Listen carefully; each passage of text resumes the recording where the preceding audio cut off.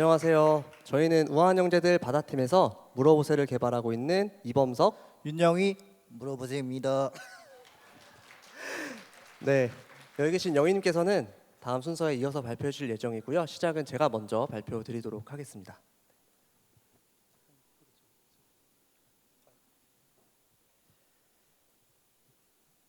네, 오늘 말씀드릴 이 물어보세, 저희가 작년 우아콘 2024에서 처음 대중들에게 소개해 드렸었는데요.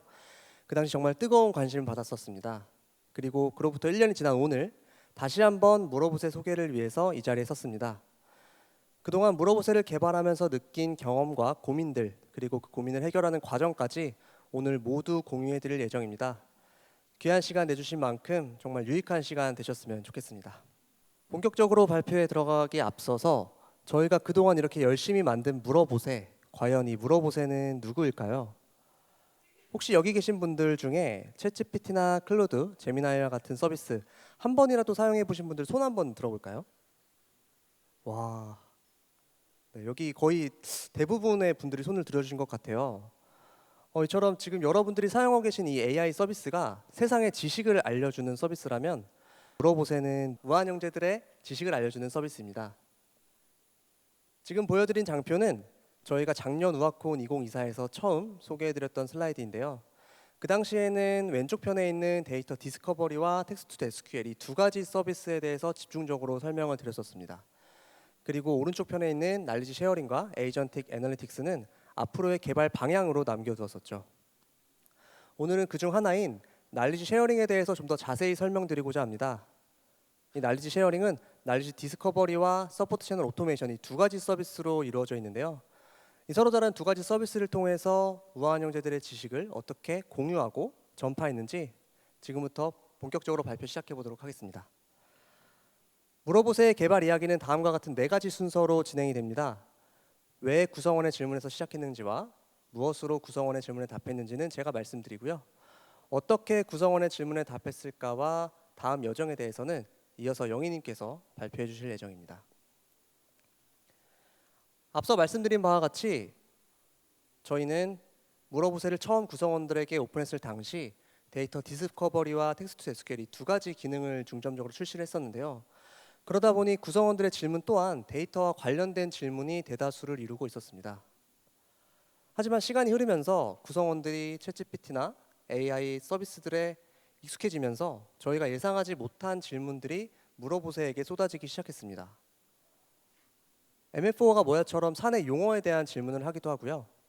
휴가 신청 방법 알려줘처럼 사내 정책에 대한 질문도 합니다. 그리고 심지어 IT 보안 담당자는 누구야와 같이 사내 포털에서 검색해야 되는 정보까지 물어보세에게 물어보기 시작했죠.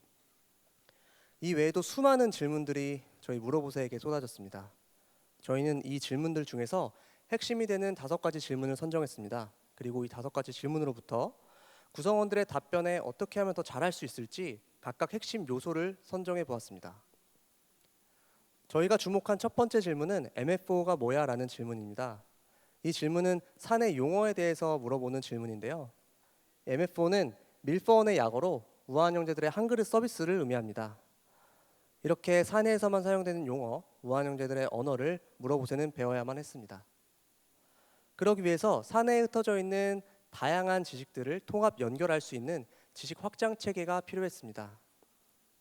다음 질문은 지금까지 내용 요약해줘 라는 질문입니다.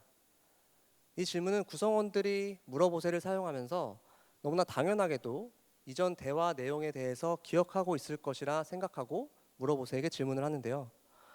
구성원들은 이처럼 물어보세와 연속성 있는 대화를 기대하고 있었습니다. 그 기대에 충족시키기 위해서 저희는 메모리 시스템을 구축했습니다. 이 메모리 시스템으로부터 저희는 구성원의 대화의 맥락을 이해할 수 있고 그리고 사용자의 기억까지 모두 할 수 있게 되는 시스템을 마련했죠. 세 번째 질문은 한글의 서비스 성과 분석해 줄래요? 라는 질문인데요. 이 질문은 앞선 두 개의 질문보다 좀 더 복잡한 질문입니다. 왜냐하면 한글의 서비스에 대해서도 알아야 하고 그리고 그를 바탕으로 성과 분석까지 해줘야 되는 복합적인 질문이죠. 이렇게 보이시는 예시 외에도 정말 복잡한 질문들이 다양한 형태로 물어보세에게 유입되기 시작했습니다. 이렇게 복잡하고 다양한 질문에 대응하기 위해서 저희는 에이전틱 워크플로우를 도입했습니다. 이 에이전틱 워크플로우는 기존의 체인 기반의 워크플로우보다 좀 더 유연한 사고가 가능합니다. 그리고 유연한 사고를 바탕으로 복잡하고 다양한 질문에 모두 대응할 수 있게 된 것이죠. 네 번째는 문제 해결이 어려워요? 라는 질문입니다.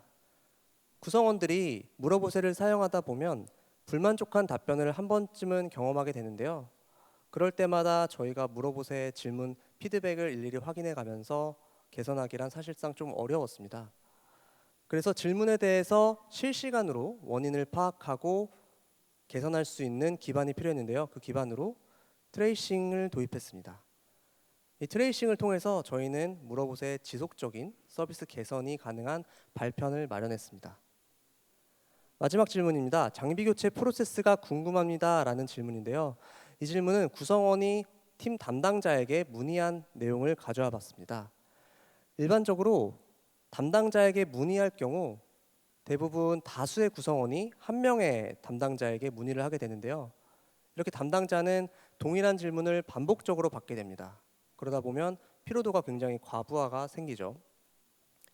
저희는 물어보세를 통해서 이런 담당자들의 부하를 좀 줄여줄 수 있지 않을까라는 생각을 했습니다. 그러기 위해서 소통 채널을 이원화했습니다. 구성원이 물어보세와 직접 소통할 수 있는 채널뿐만 아니라 구성원과 담당자 사이에 소통하는 채널에 물어보세를 투입시켜 담당자의 부담을 좀 줄여줄 수 있지 않을까라는 생각을 한 것이죠. 이렇게 구성원과 담당자 모두가 만족할 수 있는 소통 체계를 구축했습니다. 지금까지 5가지 질문으로부터 뽑은 핵심 요소를 바탕으로 물어보세가 만들어졌습니다. 이 핵심 요소 중 앞선 4가지 확장, 기억, 사고, 관찰 이 4가지는 물어보세의 기술 기반이 되는 영역으로서 다음에 영희님께서 좀 더 자세히 소개해 주실 예정이고요. 구성원들과 소통을 어떻게 했는지에 대한 요소는 기술 기반이 아닌 서비스 설계 관점으로 접근했습니다. 이 내용은 다음 챕터에서 추가로 말씀드리도록 하겠습니다. 네, 물 한 모금 마시고 이어서 하도록 하겠습니다.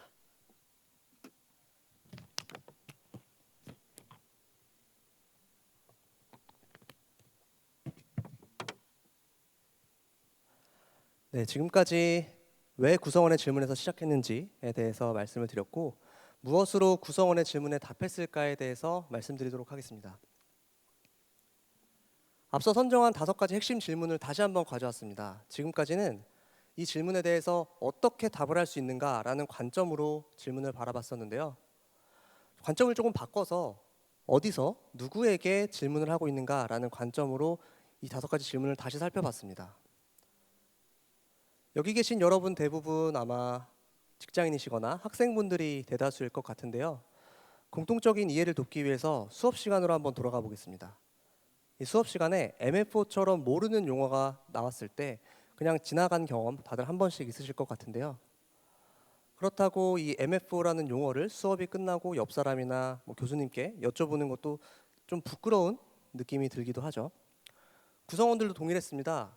구성원이 개인이 궁금한 내용에 대해서는 프라이빗한 공간에서 질문하는 것을 선호했죠. 반면 이렇게 구성원이 궁금한 내용일지라도 장비 교체 프로세스처럼 담당자 호출이 필요한 내용에 대해서는 프라이빗한 공간이 아닌 공용 공간에서 질문하는 것을 선호했습니다. 이렇게 질문 상황에 따라서 서로 다른 소통 채널을 저희는 각각 다이렉트 메시지와 채널 메시지로 소통하고자 했습니다.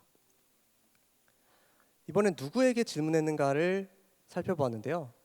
이 앞선 3가지 질문은 각각 개인적인 궁금증이거나 개인의 대화 맥락 이해가 필요하거나 구성원의 개인 업무 요청 등 질문의 대상이 모두 구성원 자신을 향하고 있었습니다.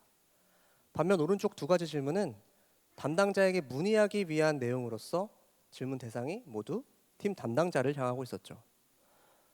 이렇게 서로 다른 2 질문 대상으로부터 저희는 서비스 설계 방향을 설정할 수 있었는데요.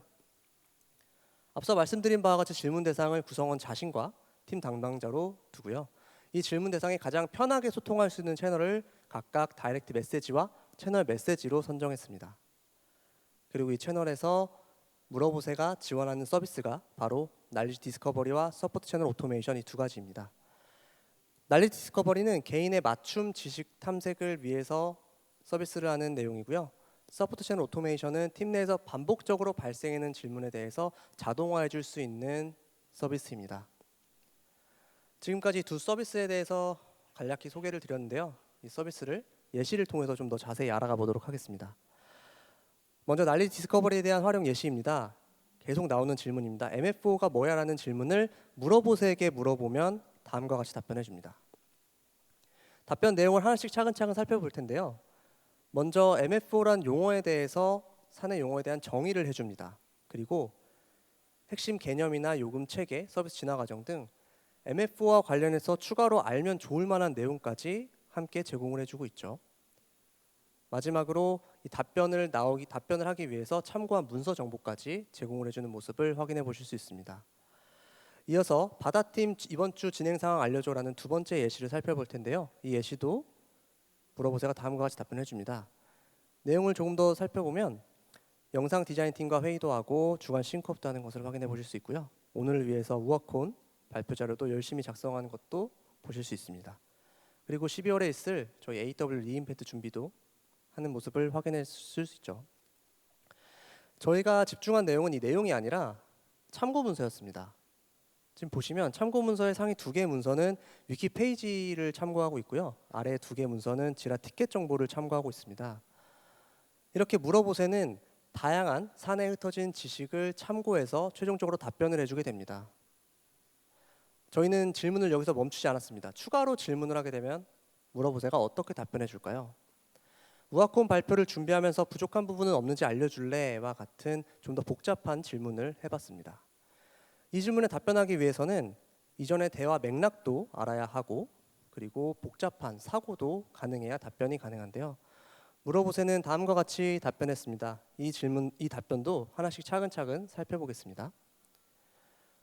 먼저 바다팀의 현재 상황에 대해서 지라 티켓을 참고해서 분석을 해줍니다. 그리고 이 분석한 내용을 바탕으로 부족한 부분들에 대해서 정리해서 답변을 해주죠. 여기서 가장 밑에 있는 참고 문서를 보시면 지라 티켓 이외에도 다른 팀에서 이미 정리한 우아콘 준비 경험 문서를 함께 참고하고 있습니다.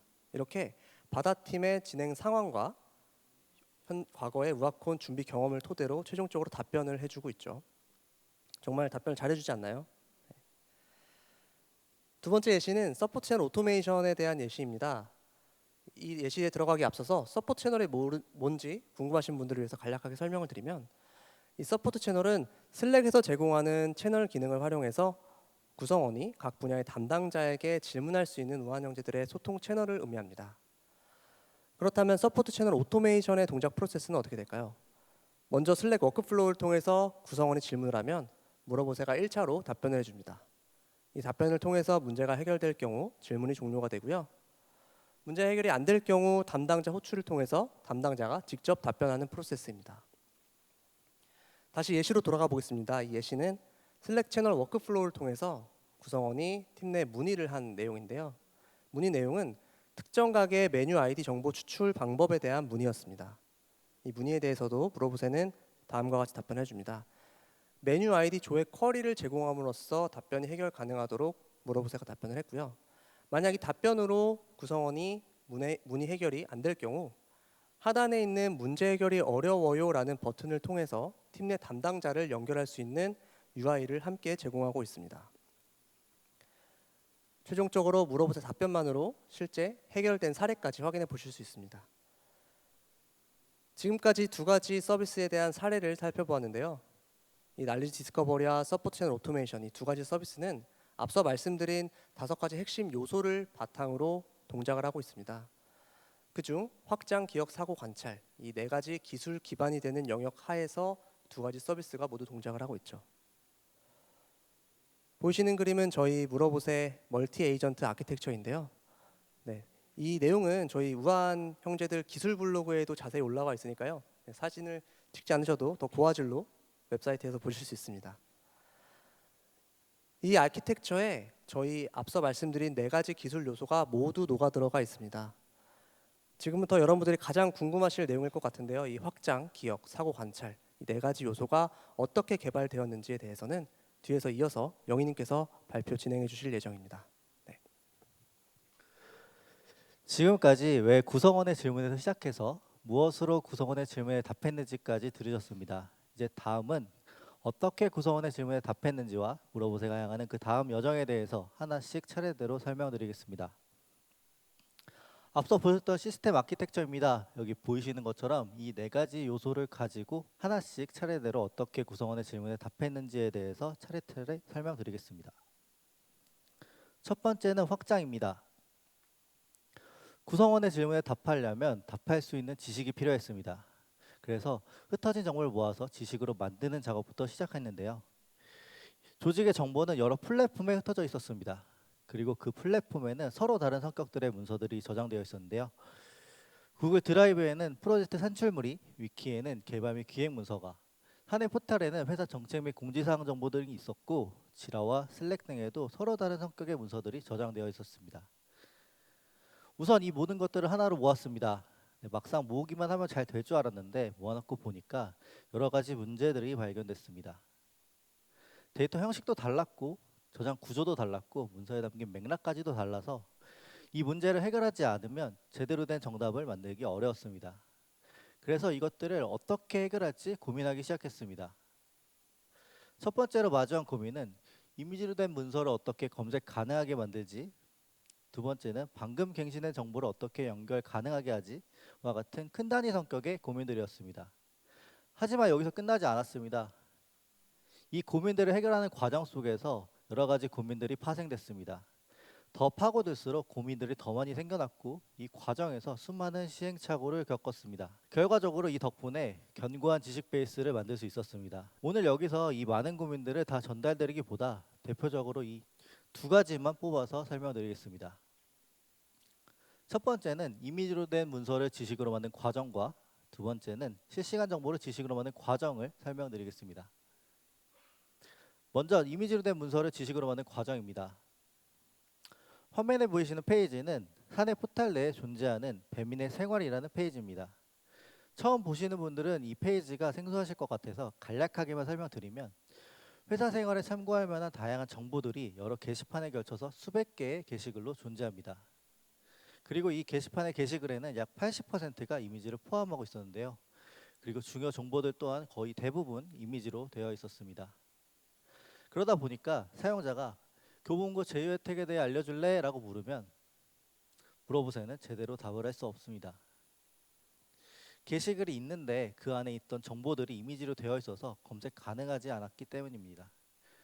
그래서 이런 이미지들을 검색 가능하게 만들어야 했습니다. 그래서 검색 가능하게 만들기 위해서 이미지 처리부터 시작했는데요. 두 가지 또 주요한 문제에 마주하게 됩니다.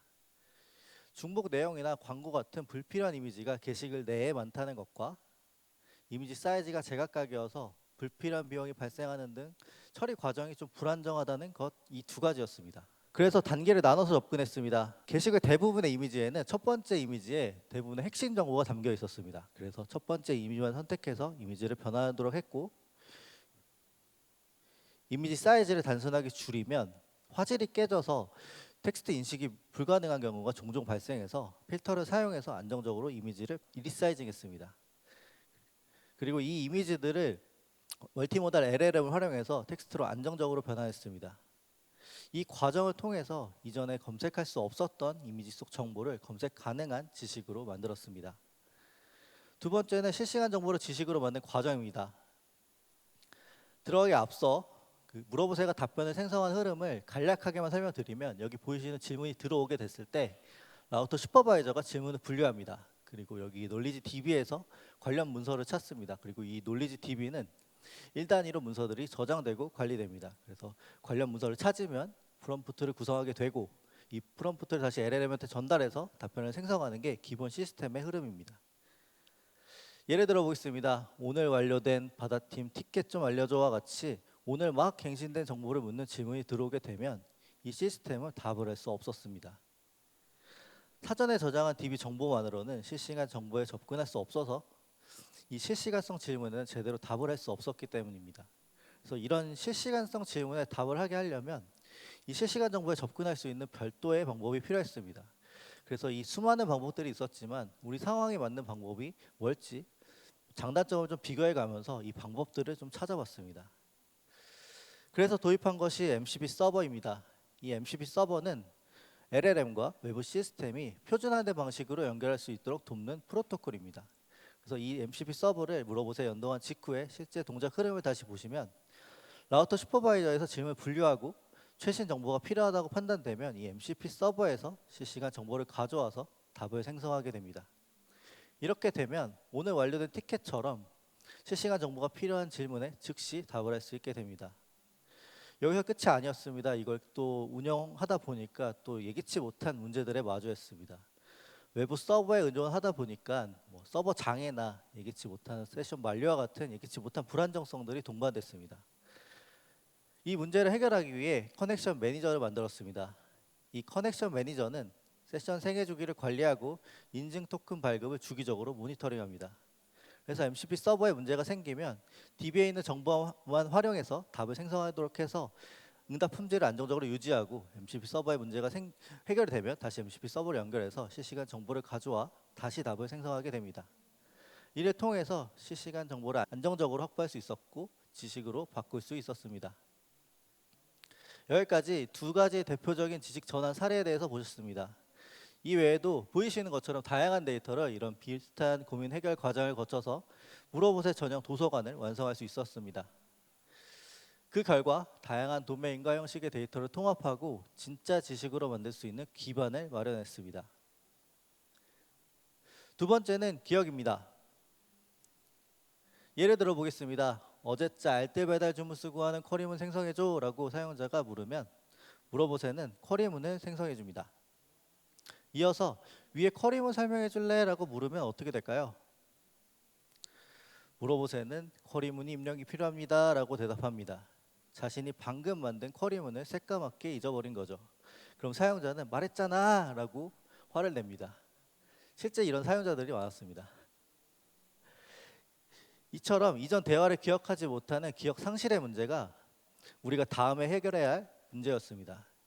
대화 문맥을 잃어버리면 아무리 똑똑한 AI라도 대화를 이어갈 수 없게 됩니다. 그래서 이 문제를 해결하기 위해 대화를 기억할 수 있는 시스템이 필요했습니다. 그래서 만든 것이 메모리입니다. 이 메모리는 질문과 답변이 오가는 과정을 모두 기록하고 저장합니다. 마치 사람이 대화를 나누는 과정에서 이전 대화를 기억하듯이 물어보세도 이 메모리를 활용하면 이전 대화를 기억할 수 있게 됩니다. 이어서 위에 쿼리문 설명해 줄래? 라고 다시 물으면 물어보세는 메모리에서 이전 질문과 답변 쌍을 가져와서 내가 방금 만든 쿼리에 대해서 설명이 필요하구나 라고 이해하게 됩니다. 그리고 이 재구성된 질문으로 에이전트는 다시 동작하게 됩니다. 이 과정도 모두 메모리에 기록됩니다. 그리고 대화를 계속 이어가면 이어갈수록 물어보세는 사용자의 대화를 더 풍부하게 이해할 수 있게 됩니다. 이 과정에서 모든 대화를 활용하기보다 최근 대화 맥락 유지를 위해 이 직전 3개의 대화만 활용할 수 있도록 했습니다. 이를 통해서 물어보세는 단순하게 질문에 답하는 서비스를 넘어서 맥락을 이해하고 대화를 이어가는 대화형 서비스로 발전할 수 있었습니다. 다음은 사고입니다. 초기 물어보세 워크플로우는 보시는 것처럼 단순했습니다. 질문이 들어오면 미리 정해진 순서에 따라서 답을 생성하는 고정된 구조였습니다. 이 고정된 구조는 단순한 질문은 효과적이었지만 곧 한계에 부딪힙니다. 예를 들어 바다팀 최근 프로젝트 진행 상황과 관련 문서들 정리 및 분석해줘와 같은 복잡한 작업이 필요한 질문이 들어오게 되면 이 초기 물어보세 시스템은 제대로 답을 할 수 없었습니다. 이 질문에서 어떤 프로젝트를 말하는 건지, 프로젝트 진행 상황은 어디서 봐야 되는 건지, 아니면 결과 정리 및 분석은 어떤 기준으로 해야 되는 건지와 같은 판단들을 고정된 흐름으로는 좀 할 수 없었기 때문입니다. 알아서 잘 딱 깔끔하고 센스 있게 해주면 좋겠는데 말이죠. 이런 복잡하고 다양한 문제에 유연하게 대응하기 어려운 고정된 워크플로우의 구조적 한계였습니다. 그래서 시스템이 스스로 상황 판단을 해야 한다는 생각에 이르렀습니다. 그래서 단일 워크플로우에 벗어나 LLM이 자율적으로 판단하는 에이전티 워크플로우를 도입했습니다. 이 구조에서는 LLM이 단순하게 답을 생성하는 역할을 넘어서 어떤 도구를 쓸지, 어떤 행동을 할지를 스스로 결정하고 판단합니다. 마치 사람이 일을 처리하듯이 LLM이 스스로 생각하고 관찰하고 행동하는 과정을 반복하면서 문제의 답을 스스로 찾아갑니다. 물어보세가 제공하는 각 서비스에도 이 구조를 도입해서 서브 에이전트들을 만들었습니다. 그래서 SQL이 필요한 상황에서는 SQL 전문가 에이전트가, 지식 검색이 필요한 상황에서는 지식 검색 에이전트가 각자 자신이 잘하는 일을 맡아서 처리하게 됩니다. 이 구조를 저희는 하이브리드 에이전틱 시스템이라고 부릅니다. 이 구조에서는 각 영역의 전문가 에이전트들이 자신의 영역을 더 정확하고 빠르게 처리할 수 있게 됩니다. 여기서도 한 단계 더 나아가 이 시스템을 한 단계 더 발전시키는 테스트를 진행하고 있습니다. 사내 지식이 점점 더 다양한 도메인으로 확대됨에 따라서 더 다양한 도메인 영역의 전문가 에이전트들이 추가하게 되고, 이것들을 수평적으로 연결해서 문제의 답을 찾아가는 워크플로우를 테스트하고 있습니다. 이전에는 감독이 단순하게 전문가한테 일을 맡기는 방식이었다면, 복잡한 문제를 해결하기 위해서 모인 전문가 TF팀처럼 에이전트들이 자율적으로 모여서 서로 문제를 풀어가는 방식입니다. 이 테스트의 목적은 에이전트들이 스스로 협력하면서 발전하는 자각 수평 시스템 확장 기반을 마련하는 데 있습니다. 이 외에도 사용자 질문에 더 잘 답하게 하기 위해서 워크플로우를 다양하게 더 실험하고 지속적으로 테스트하고 있습니다. 이제 마지막으로 관찰에 대해서 이야기를 드리겠습니다. 불만족 피드백이 들어왔다고 한번 가정해 보겠습니다. 쿼리문이 잘못됐는데 라는 불만족 피드백이 들어왔습니다. 답변이 잘못됐다는 거 알겠는데 정작 중요한 건 어떤 질문에서 이 피드백이 발생했는지 알아야 합니다. 그래서 시스템 로그를 열어보면 질문이 동시다발적으로 쏟아지기 때문에 어떤 단계에서 문제가 발생한 건지 한눈에 보기 어렵습니다. 이 문제의 원인을 파악하기 위해서는 질문과 답변까지 만들어지는 흐름을 한 번에 이해할 수 있어야 했습니다. 그래서 도입한 것이 트레이싱입니다. 이 트레이싱은 질문부터 답변까지 전 과정을 실시간으로 기록하고 추적할 수 있게 도와줍니다. 이 트레이싱 기능을 예시로 좀 더 깊게 이해해 보겠습니다.